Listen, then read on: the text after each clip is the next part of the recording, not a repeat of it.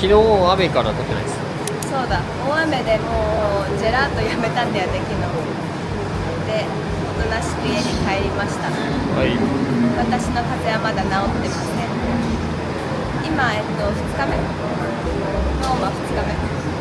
朝ごはんはまたホテルで食べて、コロッセオに今から向かいます。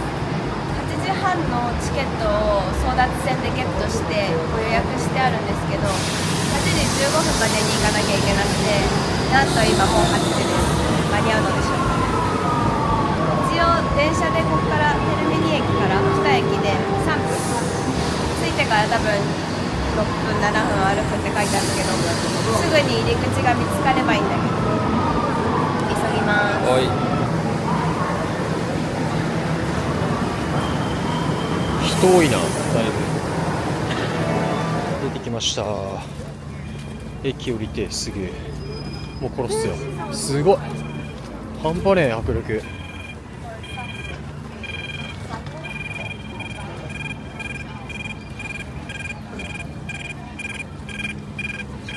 すごい迫力だ。並んでるね。すごいね。どでかすぎない？やばいねこれ。ちょっとね、コロッセオ怖いから来るのやめようかなって思ってたんだけど、やっぱり昨日のと違ってまた一段とすごいね。迫力が。でもこれが市内にあるのが不思議でしょうがない。すごい。ここに住んでる人はもう見飽きてさ、何とも思わないのかな。まあそりゃそうだろうね。相当すごいけど、でかいね。でかい。すげえ。マンション何階建てぐらい？ 20 階ぐらい。まあそうだね。これかな。荷物チェック並んでるのかな。私たちのエントランスはどこなんでしょうか。チケット持ってる？ここかな。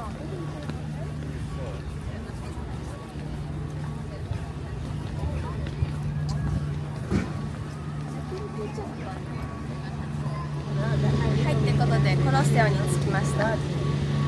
一応列がすごい長くできてるところに並んでみて、ちょっと前の方に英語喋れそうな人がいたので、この列チケット持ってる人用のって聞いたら、私はよくわかんないけど、私はチケット持ってるよって言ってて、でここに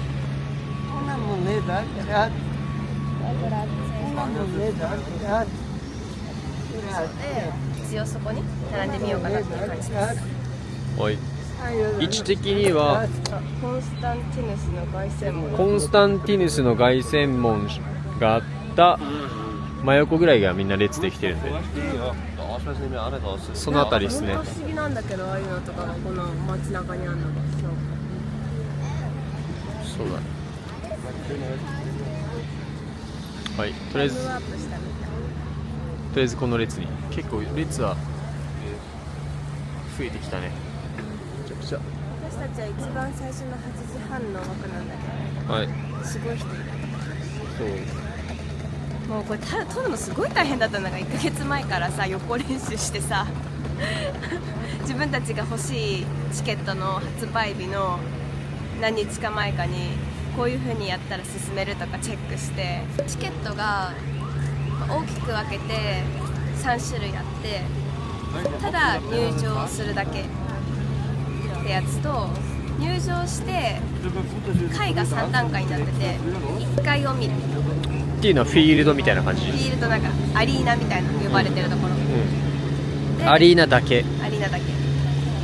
それ以外にお得なやつが2個あって、アリーナと地下も見れる。あとアリーナと天井って書いてあるんだけど、この上から見下ろすフィールドをも見れるチケット。地下は何があるの？地下はその殺し合いとかの死刑囚とかが待機してたところらしい。ロッカーみたいなロ感じ。ッカーみたいな。だからその控室みたいな。フィールドとロッカーの地下を見るのと、フィールドと上から見下ろす。値段は値段はエントランスするだけだったら18ユーロで、それ以外の3種類、アリーナだけ見るやつとアリーナと地下とアリーナと屋上は全部一緒で24ユーロだから、私はアリーナと地下のやつを取りたかった。もしくはアリーナと屋上、お得じゃん。だけど全然無理だった。もう発売の時間が決められてないんだけど、大体この時間っていうのがあって、日本時間の夕方4時ぐらいだったかな。そうだね、3時ぐらいからそわそわしてずっと見てて、で大体4時ぐらいに、例えば5月23日のチケットだったら5月23日のところが最初はグレーアウトしてるだけど、発売開始になると一瞬でノーチケットみたいな、ソールドアウトっていう表示に切り替わる、もうほんと1秒とかで、1回もその枠が空いてるとこを見たことがない。1ヶ月間1回もなかった。1回もない。そんなことありえないよね、だってだけど、この私たちが取れたアリーナ入場だけってやつは、入場する日の1週間ぐらい前に発売がされる。それ以外のやつは1ヶ月前なんだけど、これは粘ったら取れる。なんか最初出てこなかったんだけど、出てこなかったり、出てきて進んでももうありませんってなったりとかしたんだけど、なんか30分とか1時間おきとかにポツポツ出てくるのある。それで取れたって感じ。粘れば入場券とアリーナついてるやつはなんとか買えると思います、皆さん。でこれ持ってないと大変なことになって、 3,4 時間待って、それでも入れないかもしれないっていうリスクを伴うらしい。それは当日並ぶってこと？それだけは避けたかった、なんとしてでも。この列で果たして合ってるのでしょうか。はい、じゃあ待ちますか。はい、待ちます。列がもう半端ないですね。U ターンして列になってるんで、できれば早く来た方がいいかもしれないですね。どんどんもう人が来てるんで。俺らは8時半のチケットを持ってて、8時10分に到着して、今100番目ぐらいで並んでます。でさらに奥まで行って U ターンもしてて、多分もう 500人ぐらい並んでるかな。ここまでもうターンしてきちゃってるんで、なんでちょっと早めに来るだけで多分大丈夫かな。はい、Keep going here. Tickets again. Show your tickets, please. いや関門まず1、2、3個目、4個目です次。最初チケット持ってるかどうかをざっくり見せて、その後スキャンして、その後セキュリティチェックして、もう一回見せるらしい。1、2、3、4つ目ですね次。4つ目の関門 QR のスキャン2回目。厳重ですね、厳重。これは結構大変だ。出したり入れたり。楽しちゃう。電池なくなっちゃうじゃんそれ。はい、スキャン終了して。大変だ。地下入るときもこれ完全にスキャンあるね。絶対あるね。どっから行った方がいいんだろう、上かな。すごいね。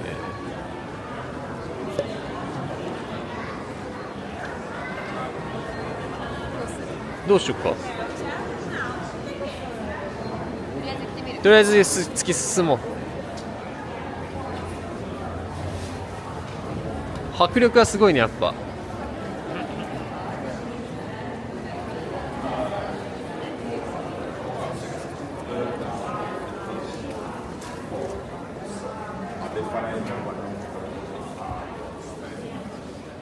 ちょっと天気悪いね。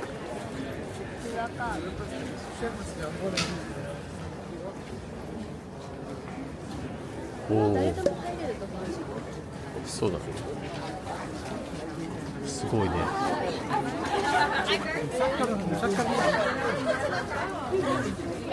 そこがすごいフリースペースなの。今のとこは多分誰でも入場券だけで入れるところかな。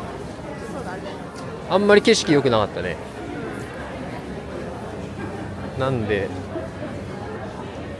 アリーナチケット持ってる人に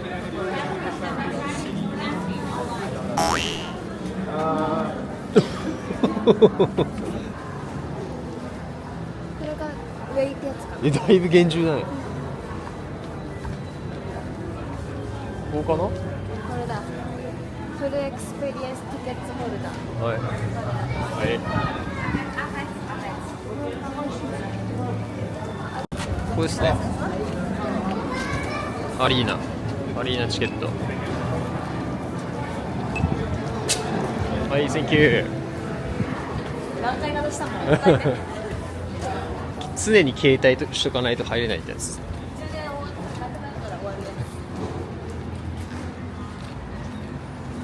なんか裏ルートあんだけど、こっから入れんじゃない？チケット持ってる人。アリーナの。そうなのかな。ほら、絶対そうだよ。ここだよ。そうかも。か団体じゃない？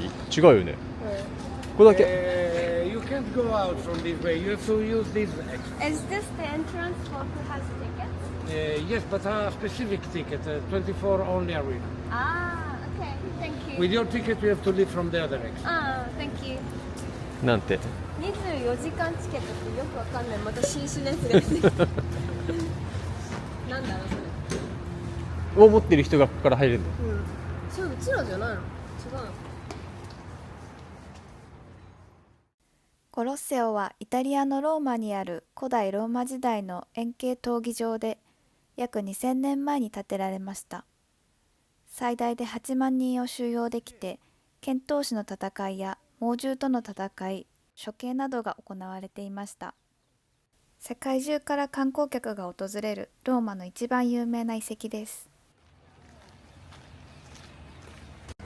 ここがアリーナのチケット持ってる人が入れるところかな。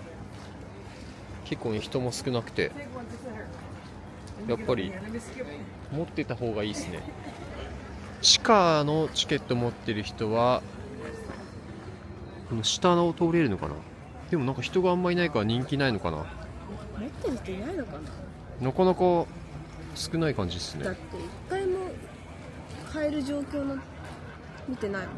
一応その辺に通路があるんで、ここから多分そう下をぐるぐる回れる感じなのかな。あとはロッカーとかがあったら見えるのかな。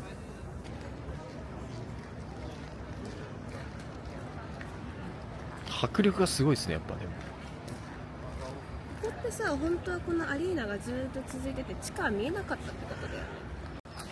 これが席か。席、決闘を見る席みたいな感じですかね。多分ね、偉い人のとこが残してあるって書いてあった気がする。これが偉い人が座る席みたいですね。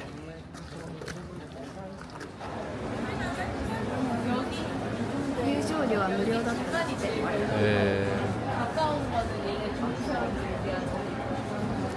これが観客かな。こ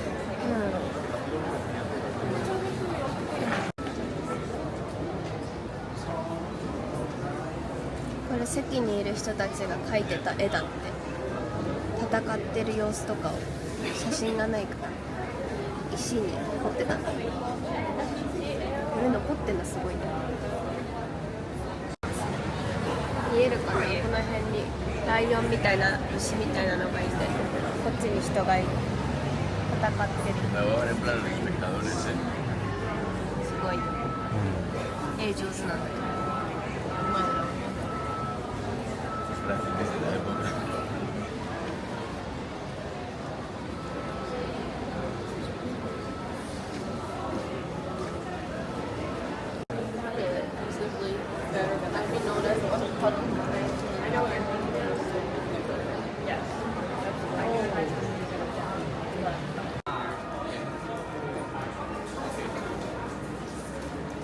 ほら、これ1個上入れましたね。チケットに1階と2階とアリーナ入れるって書いてある。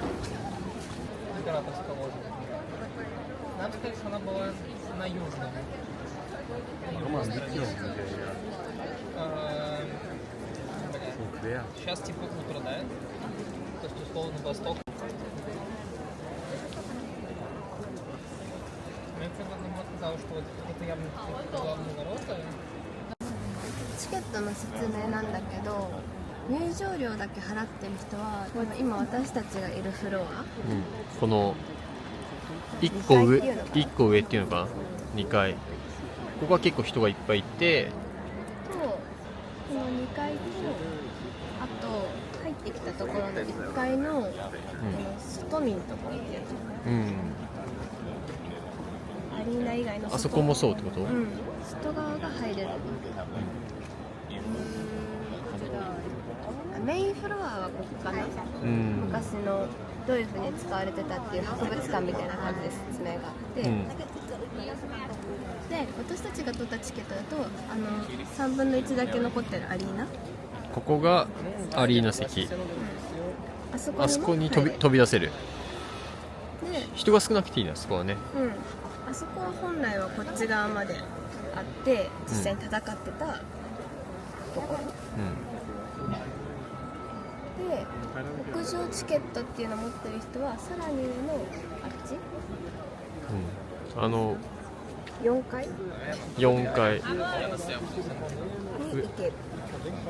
あの人がいるとこっすね、上までみたいですね。行ける。はい、おすすめは、でもアリーナに降りた方がやっぱりいいんじゃないかな。あ、地下のチケット、あとあと地下のチケットもあって、地下のチケットだとあそこの下、今迷路みたいに見えるところの下に歩く場所があって、そっちに行ける。ここですね、この地下室ですね、ここを多分ぐるぐる回れる。なるほど、はい、こ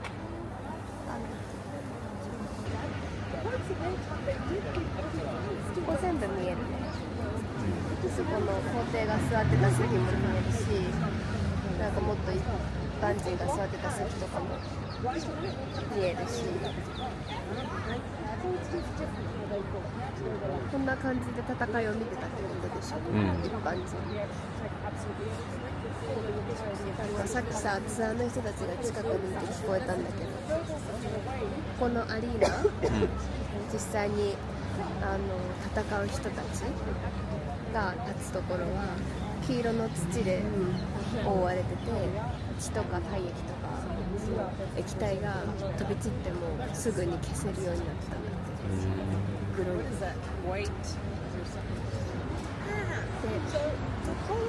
この欠けちゃってるのは、なんか中世以降にコロッセオで使ってた大理石をなんか他の教会とか貴族の館を作るのに必要だったから切り崩しちゃったんだね。で今もなんか亀裂がいっぱい入ってるから改修工事でああやってやったりしてるらしい。5万人入るらしいけどさ、5万人って東京ドームより大きいよね。東京ドームより大きいけど国立より小さいんじゃない？ 1階と2階は大理石の席だったんだって。で3階は女の人の席で木だったらしい。でさらにその上は貧乏な人たちが入れるコロッセオが完成してから100日間の間、毎日朝から晩まで残酷な殺し合いだって。午前中が猛獣狩りか猛獣同士の戦いで、お昼が犯罪人の公開処刑、なんか獲物に与えるか十字架に縛ってそれを獲物が食べるのを見るみたいな。めっちゃグロいよ。で午後は剣闘士のシーン。猛獣はライオン、トラ、ゾウ、水牛、豚、ウサギ。ウサギって猛獣ない？ゾウって食べんの？ね。肉食なの？ね、100日間の間で9000頭、あと3000人の剣闘士が亡くなったと言われています。めっちゃグロい。しかもなんか朝から晩までみんなご飯食べながらそれ見てたんだって。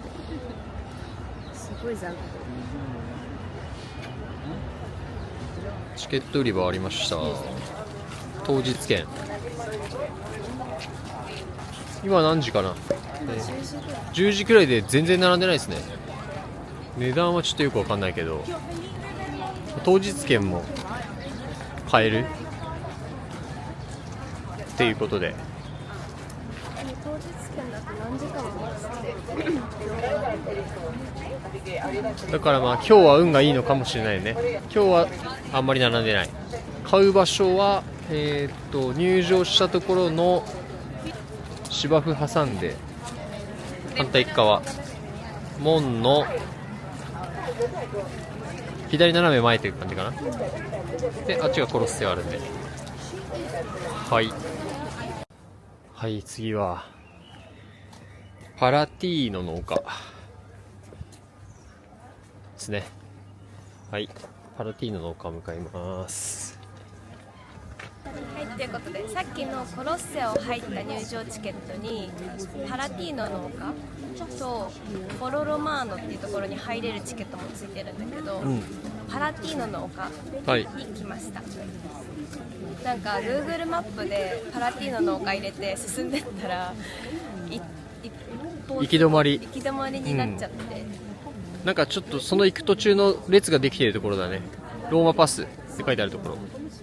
私たちの持ってるパスはローマパスって名前じゃないんだけど、結構手前のところにあったね、入り口。あった、なのでそこから入ってチケットを見せてセキュリティチェックまた空港みたいにやってって感じでした。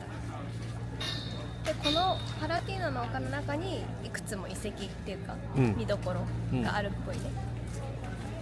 これもそうだね。はい、見ていく。工事中のとこもあるね、こうやって。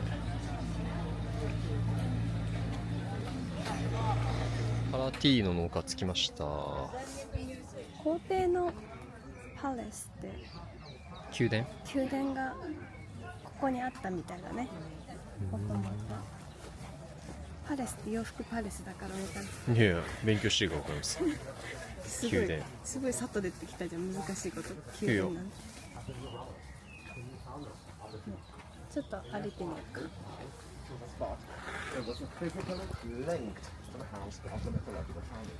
パラティーノの丘はローマにある7つの丘の一つで、古代ローマ発祥の地とされています。伝説によると、ローマの建国者ロムロスが紀元前753年にこの丘でローマを建てたと言われています。古代ローマ時代には皇帝や貴族たちの豪華な宮殿が建てられ、ローマの政治・文化の中心でもありました。パラティーノという名前は英語のパラス、宮殿の語源にもなっています。現在は遺跡が残されており、フォロロマーノやコロッセオを見下ろせる絶景スポットとしても人気です。アウグストゥスとリビアのお家って書いてある。なんかあれみたいじゃない？タイの遺跡、アユタヤ。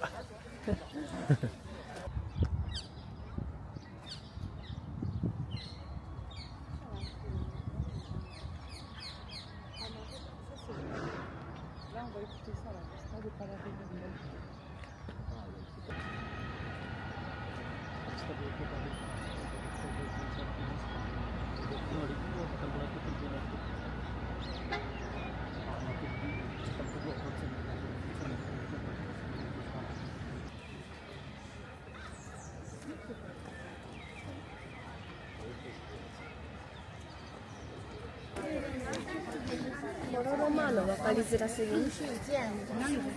はい、この看板に書いてあるんで。危うく外出るとこだって。そう、中から行けるのかな？なんかさ、入り口でさ、エントランスは1回だけだから全部見てから出てねって言われたんだけど、それも含めてかな。フォロロマーノも含めてってことだね。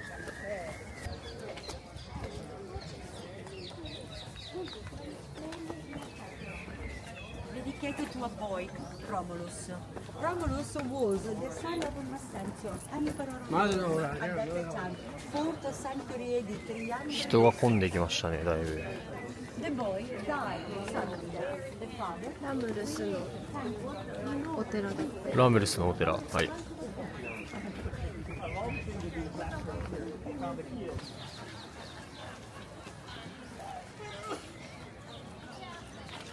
みんな鼻やられてんな、俺。くしゃみと咳がすごい多いよね。多い。めちゃくちゃ多いね。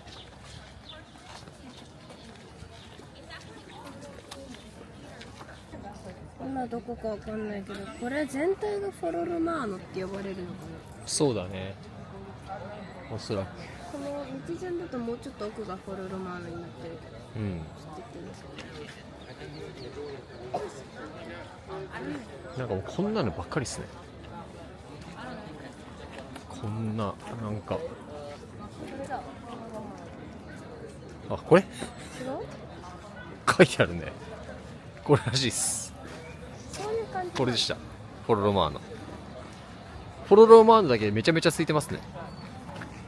誰もいない。フォロロマーノ。ガラガラ。こ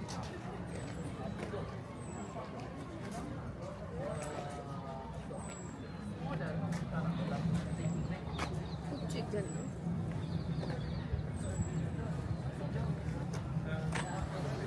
フォロロマーノの裏行っちゃいますか。二色のカラス。はい、二色カラス。一番空いてるフォロロマーノ。メインの名前してんのに。はい、訂正します。フォロロマーノはこれ全体がフォロロマーノで、これ歌詞によってこんなになっちゃった感じですかね。ローマの中心だったんですって、ここが。あー、集会所みたいな。集会所の割には結構でかいですね。さすが。これじゃないです。フォロワーのこの石じゃないです。これ訂正です。すいません。あそこの書き方でこの石がそうなのかと思っちゃった。まあまあそうだね。はい、今フォロロマーノ。フォロロマーノに行ってきて出てきたんですけど、もう列がこれひどいわ。長蛇の列ができてますね。やっぱ朝一でコロッセオ行ってその後じゃないとこっちに来れないから、うん、早く来ないとどんどん詰まっちゃうよ。そうだね。だってもうすごいもんね、列。うん、入るのにボディチェックがあるから超時間かかっこってちまでだよ。すげえ列できてるね。いやー大変だ。なんでここまで並んでるかな。なんで朝一発目コロッセオからのフォロロマーノとフォロロマーノ。パレティーノ農家。フォロロマーノとパレティーノ農家は同じエントランスだったね。そうだね。 3カ所コロッセオとうんフォロロマーノとパレティーノ農家入れるって書いてあるんだけど、うんエントランスは2個って感じ。はい。ジェラート屋さん着きました。はーい。お昼ご飯の前にね、ちょっとジェラートを食べてからご飯に向かいたいと思います。座るところはないかな。ゴー。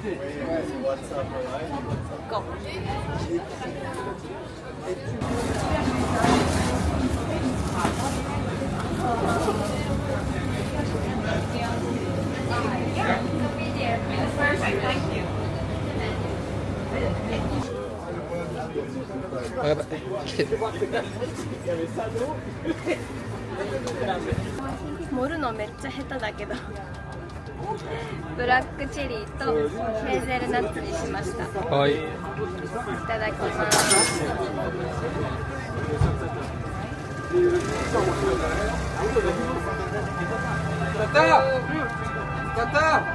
おいしい。やっぱ濃厚だよね。濃厚だ。濃いね。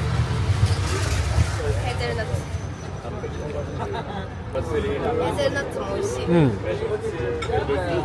うまい。ヘーゼルナッツの方がうまいかも。ね。これは美味しい。でも昨日のところのうまいね。全然違う。野菜の味があっちは生きてる。もう一回あの店行きたいもんね。前もってくらい。じゃあ今日も行こ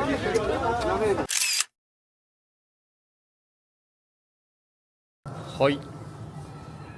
ジェラート食べてバス乗ってレストランに向かってます。ランチですね、ランチ。トラットリア29。またトラステベレ、昨日の夜来た地区です。あ、そうなの？あ、そうかそうか。ちょっとおしゃれな街ね。やっぱちょっと雰囲気いいもんね、街並みが。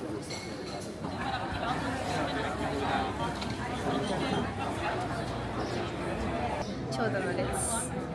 そうですね、だいぶ。すごい隠れてるところにあるからさ、全然空いてると思ってたらさ、めっちゃ混んでた。30人ぐらい並んでるね。舐めてたわ。すごいです。すごい人気だね。1時間ぐらいで入れるといいね。じゃあ待ちますか。日陰でよかった。席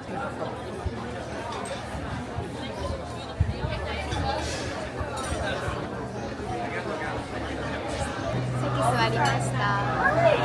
20分ぐらい待ったかな。そう、意外とね、すぐだったんだよね。で、中に通されそうになったから外がいいって言ったら、最初ノーって言われたんだけど冗談だった。めっちゃ笑顔でどうぞって外に通してくれました。はい。アマトリ茶とカチョエペペを頼みました。カチョエペペは卵が入った麺みたいな感じで、アマトリチャーナはリガトーニっていう輪っかみたいな、太い輪っかみたいなパスタです。はい。あとドリンクはお水かスパークリングどっちか頼まなきゃいけないっぽい。Cacio e pepe。 Thank you。カチョエペペ。はい、来ました。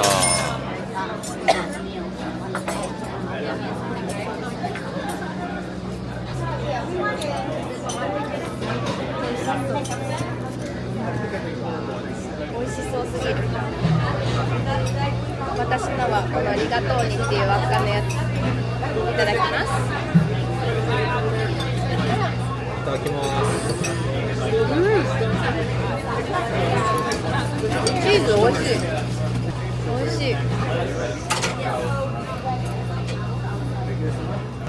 フォークはやっぱりめっちゃしょっぱいけど。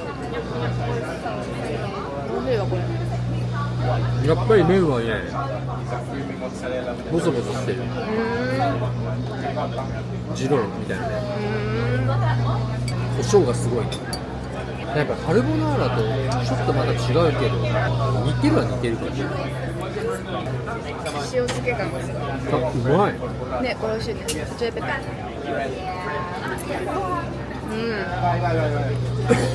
こっちの方が美味しい。うん。全然うまい。半分こしようよじゃいや、いい。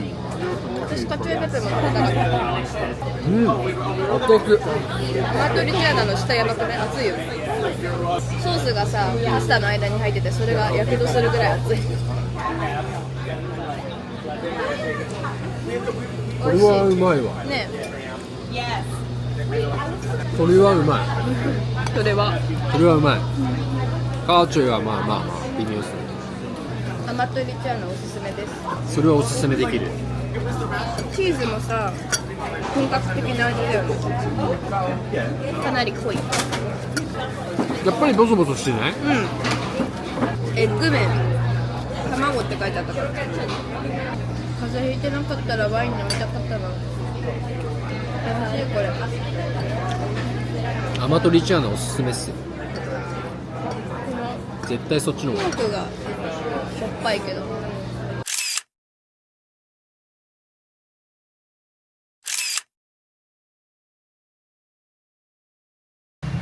美味しかったね。はい。アマトリチャーナおすすめです。おすすめですね。今のお店から8分歩いて真実の口に行きたいと思います。はい。なんか Google だと14時オープンって書いてあるんだけど、オないよープンとかあるのかな。14時オープンって書いてあるんだけど。どうなんだろう。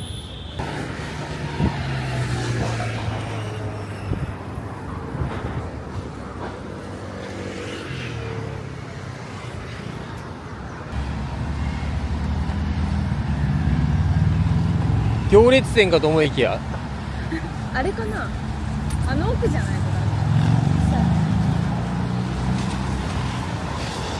列に並びました。なんか真実の口はローマの休日で有名になったらしいんだけど、手を入れれて口に嘘つきだと手が抜けなくなってそのまま噛みちぎられるっていう伝説があって、そのローマの休日のワンシーンでそれをやってちぎられるジョークをする場面があるので、本当はなんか横に教会があってそれも有名らしいんだけどあんまり知られてないんだって。すごいせかされそう、写真撮るの一確かに瞬で撮んないと。進みは悪いもんね。じゃあ待ってみます。9時半から17時50分までやってる。ぽいね。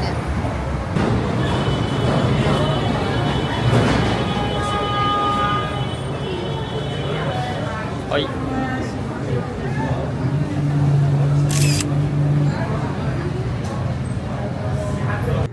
どうでした？一瞬でした。一瞬。本物見る暇もなく写真撮って終わり。確かに。本当に教会で今あれかな。な。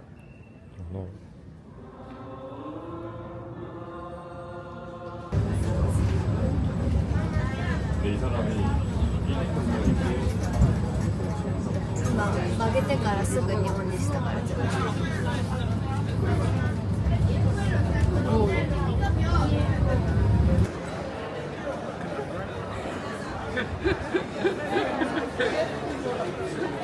はい、ということでまた同じお店でジェラートを食べております。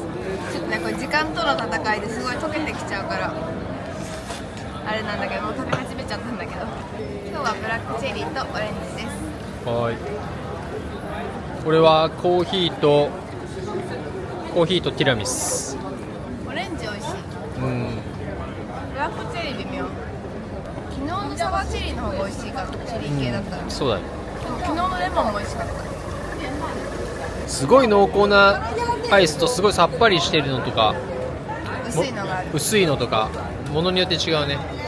また明日も来て食べる種類をどんどん増やす。はい。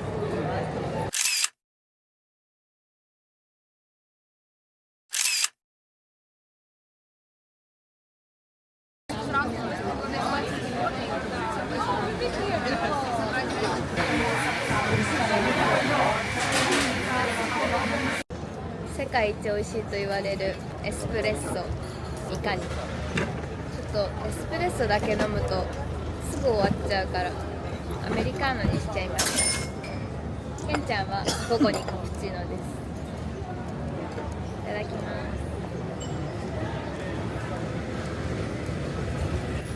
あ、美味しい。うまい。あ、ちょっと待って。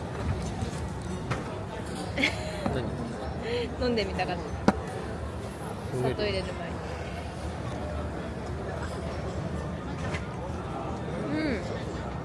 カプチーノも美味しいね。苦味がいい。ケンちゃんはスポラテッラも頼みました。そう、それ食べてみたかった。これ何なんだろう、中クリームなの。ナポリの名物でしょ。ナポリだよ。じゃあお先に一口いただきます。あ、重たい。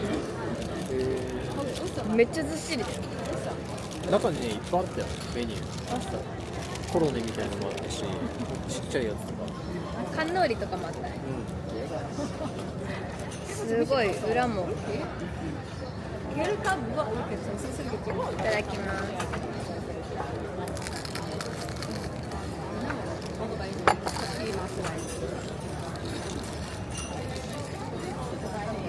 すごいザックザク怪我する。有楽町になるとどっちがガリガリしてる？こっち。なんだろうこれ中身。美味しい。なんだろう硬い硬いパイみたいな。食べてみて。重たいね。かなり。うわ、こんなめっちシナモンって入れるちょっと。ゃ。あ、そうだね。シナモンちょっと効いてる。うまい。でもなんかめちゃめちゃ甘いとかじゃないね。そうだね。なんだろうこれ。アコーディオンみたいになってる。どういう時に食べるもんなんだろう。でもカフェさ調べてたらカフェどこにでもこれあったからココーヒーと一緒のメニューなのかな。すごいね、この街中でめっちゃ道路に座ってる。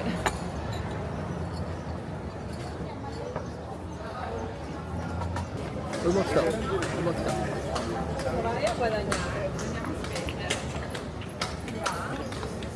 うんちボックスあり。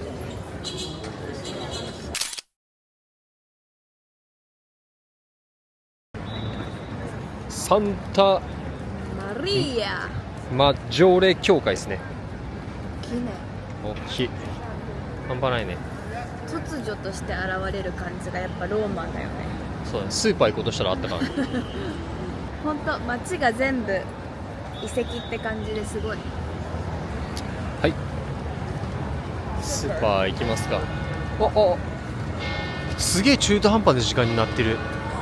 5時55分。ゾロ目だからじゃん。ああ、ゾロ目のチャイム。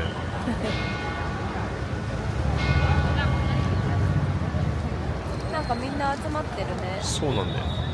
ポリスもいっぱいいるし。なんかあんじゃないこれ。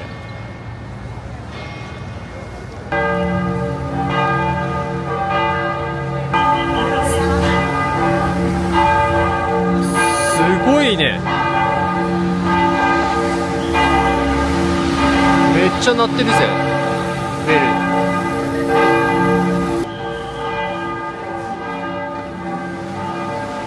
海外もカートはコロコロなんですよね。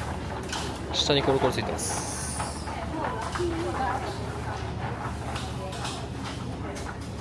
手のひらサイズのデカピーマン。ペパロニピーマンジじゃないの。ェリー。でかすぎない？だいぶでかいね。アメゾーンありますよ。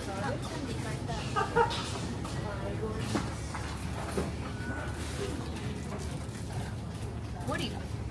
ゴリラアメゾーンっすね。喉やられてるんで。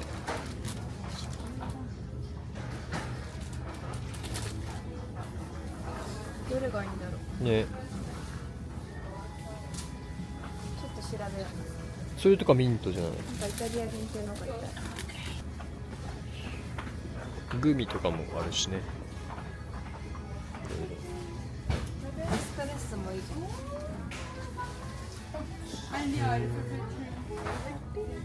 これすごいね、ハリボの私が好きそう。リンお、イタリア産のガムゴリラ。これですか。ゴリラ、イタリア産のガムゴリラ。ここがチョコゾーンですね。チョコゾーン、カカオの 100% から 62% まで。結構荒れてるね。乱れてるだいぶ。今のど飴イタリアの調べてたんだけど、このゴリラじゃなかった。 L 抜けてた。ゴリアっていうのがすごい良くて、喉にいい薬草成分がぎっしり詰まってるんだって。でこれはグランゴリアっていう大きい粒。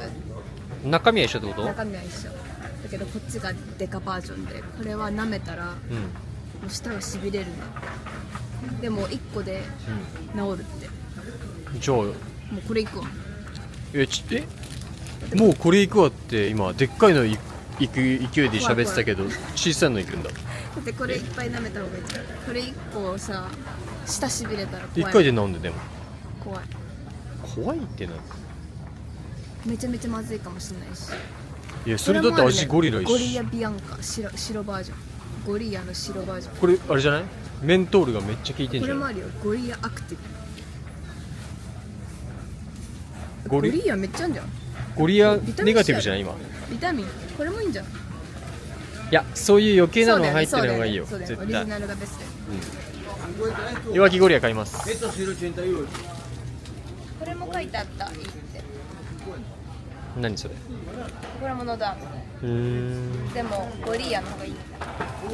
じゃあ購入で。はい。治りますように。いくらですか？400円ぐらい。2.29。はい。買います。サンペレグリノ。こんな種類いっぱいありますね。日本に売ってるザクロとオレンジとかレモンとかないね。なんでこれ買います僕は。アランチアタアマラと木のカナキノ、はい、クッキーゾーン。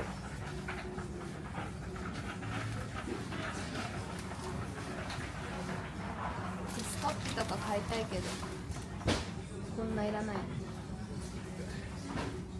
小さいサイズないんだ。ここもお菓子ですね。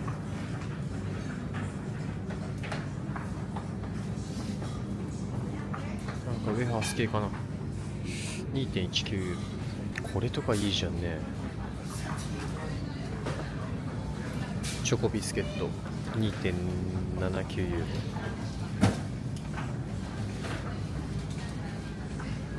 美味しそう。やばい。生ハムゾーン。すごいよ、ハムが。めっちゃ種類あるね。すごいよ。ああやって切ってくれてるから今言えば。レストランで生ハムとお酒だけでもいいぐらい。本当だよね。あとチーズね。チーズも大量っすね。オリーブっすね、オリーブ。ここパンコーナーっすね。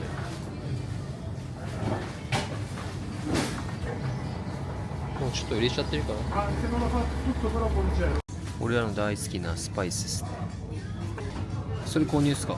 パターっていうか、これ欲しい。ケンちゃん自分で好きなやでもどれが何味かよくわかんないんで、これがチキンシーズニングで、これサラダでポテト、これがイワシつ。でもこ魚系。れチキンって書いてないよ。ロースト焼き物？あ、だから一応合うのがそれっていうイメージだよね。これは何？牛？これバーベキュー。そっちはこれもバーベキューだけど、こっちは辛いんじゃないかな。ピッカンテって書いてあるよ。なんだろう。ポテト用が 2.99 ユーロ。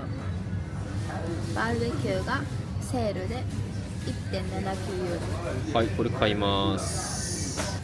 これイタリアで一番有名なポテチ会社のレモンライムペッパー味、ピンクペッパー。なんかやみつきになるらしいから食べてみます。はい。あとこのアンチョビソースも買いたいんだけど持って帰れるかな。持って帰れるっていうのはスペース。スペースは余裕ですね。それぐらい歯磨き粉スペースなんで。じゃあこれ、はいあとリゾット。はい。あとこのクノールの即席リゾットも買います。はい。ポルチーニだけ味と魚介イカエビ。とポモドーロ、トマトバジル。これね、もうお米も入っててお水入れて茹でるだけはい。だけどレストラン級の味なんだって。これ作ってみます。購入します。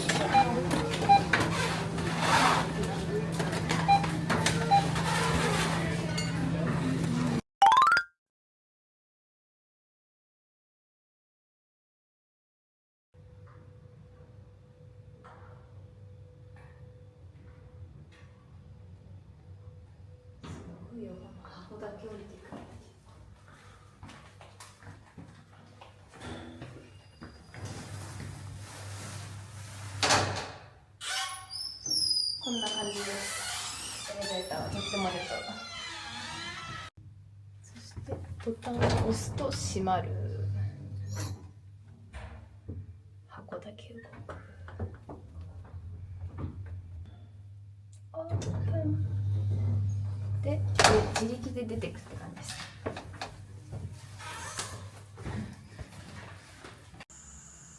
そういえばバルコニーの景色を見せ忘れてたのでちょっとお見せします。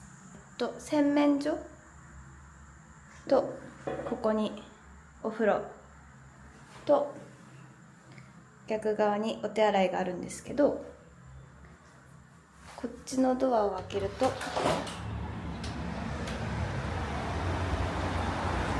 大通りです。あれがテルミニ駅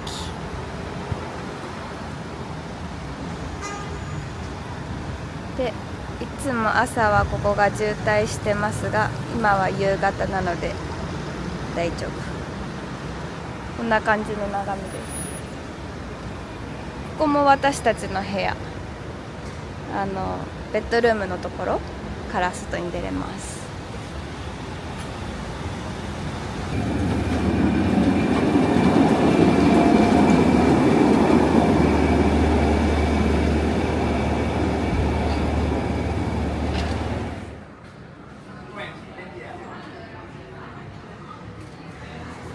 はい、ということでローカルなお店に来ました。夜ご飯ですね。なんかほとんど全部予約席で、ここだけ空いてるけどいいって言われて、全然 OK 空いてるならっていう感じでギリギリ入ったね。オープンと同時に来たのにね。よかったね。そして私はまだ風邪ひいてますが、1回はワインを飲みたいということでワインいっちゃいます。はい。ケンちゃんはオレンジアランチーアランチー頼みました。食事はねまだね決めてない。それ何にしたの？レッドワイン種類いっぱいあるの？ない？あんまない。でも多分ここスキャンしたらめっちゃ出てくるっぽいんだけど、とりあえず赤ワインが飲みたかったので、はい。赤ワインにしました。乾杯。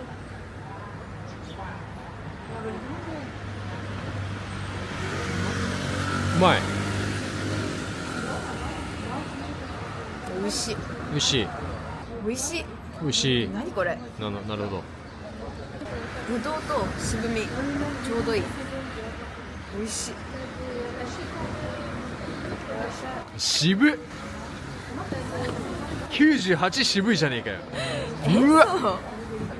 美味しい。熱出ちゃう。すっごい渋いよ。渋みとなんつった？ぶどうな感じ？渋みとぶどう。ぶどうの感じがちょうどいい。ちょういや渋み 99%。美味しい。渋みしかねちょっとメニュー決めよう。え。はい。はい、ということで来ました。パンがついてきたね。頼んだのはトリッパラマーナ。これもトリッパなの？あ、違うわ。これは今日のパスタか。インテスティン、モツみたいな。これはボソボソじゃないぞ。ね、違うな。いただきますね。先すいません、はいこれですよ麺は。ついに来た。それではいただきます。ついに来た。麺は麺は味もうまい味もうまいけど塩分強め。やっぱローマのご飯って全部しょっぱい。すごい強い。そう。いただきます。巻いてるけど全然負けてないじゃん。それトルネードしちゃってる。本当だ。しょっ来たでしょ。ぱい。これ私だったら、ケンちゃんごめん今日のやつめっちゃしょっぱくなっちゃった。麺美味しくない？はい。ついにボソボソじゃない麺来たよね。ツルツルでもっちもち。もちもち。美味しいこれ。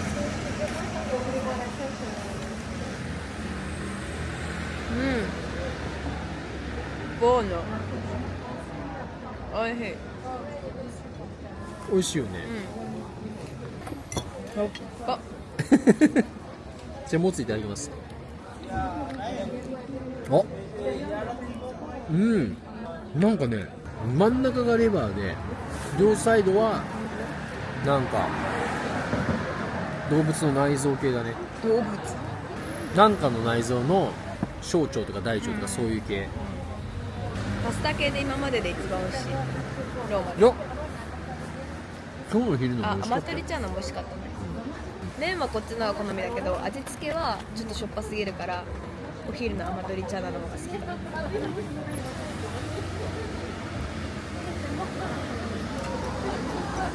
ースとともに。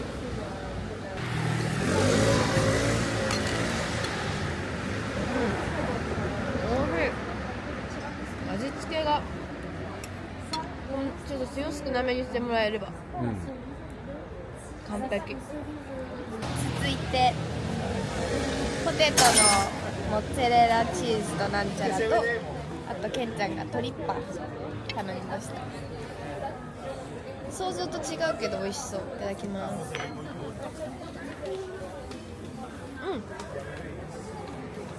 なんかミネストローネみたいな。おいしい。トリッパーね、しょっぱくない。よかったね。けどカナは多分いけないかもしれない。あ、そう。もつ感すごい強い。ああ。匂う？匂わない全然。けどもつって感じ。これもしょっぱくないよ。味は結構濃いけど。あ、そう。パスタに比べたら、入ってんのかな。パスタに比べたら全然。これ全部食うのかな、もつ。すごい気持ち悪くなりそうだけど。こんな量のもつ食ったら。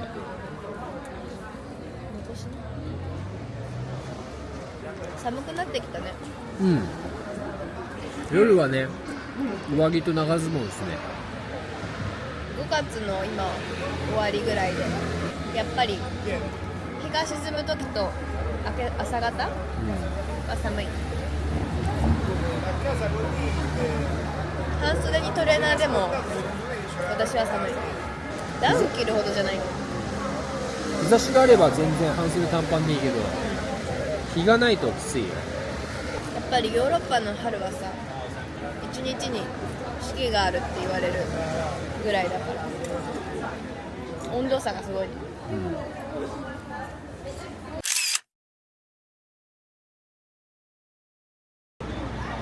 続いて食後のデザート、ジェラート屋さんに来ました。はい、本日2回目のジェラートです。食べましょ行きましょう。う。はい。ファッシー。ファッシー。席もあるね。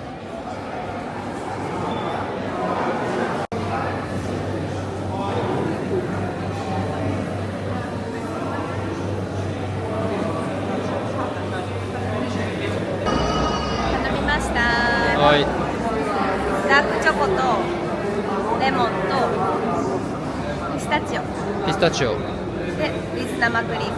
水生値段は一緒です。生クリームあってもなくても。いくらですか？ 3.5 ぐらいですね。なんか生クリームが一番量多くない？レモン少ないでしょ。いただきます。まずレモンから。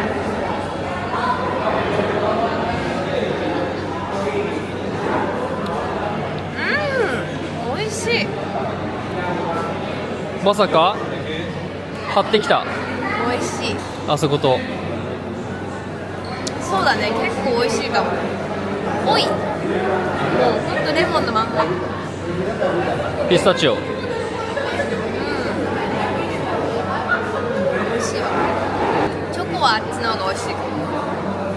けどピスタチオはこっちの方が美味しいかな。レモンは結構どっこいかも。安いよね、ここ。安い。3つで 3.5 とかだもんね。ちょっといい。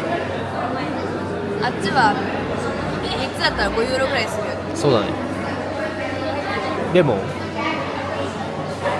酸っぱね。レモンうまいんじゃん、こっちの方が。そうかな。じゃあピスタチオ。濃いよね。めちゃくちゃ濃い。うまい。美味しいね。でダークチョコ。あー、チョコはあっちの方がうまいね。もっとねっとりしてるもんね。ミルク感が少なめ。ダークだけどあっさりっていうかな。シャーベットまではいかないけど。そうだね。あのさ、うちらがさ日本で食べるチョコのアイスあるじゃん。まあそれにあれに似てる。似てる。あれなんていうんだっけ、ブラックみたいな。ブラックアイス美味しいね。だから物によってかね。味によってだってあそこのお店のお昼に食べた味、オレンジとアマレーナだったらこっちの方が美味しいけど、初日に食べた方のサワーチェリーとレモンだったらあっちの方が美味しいから。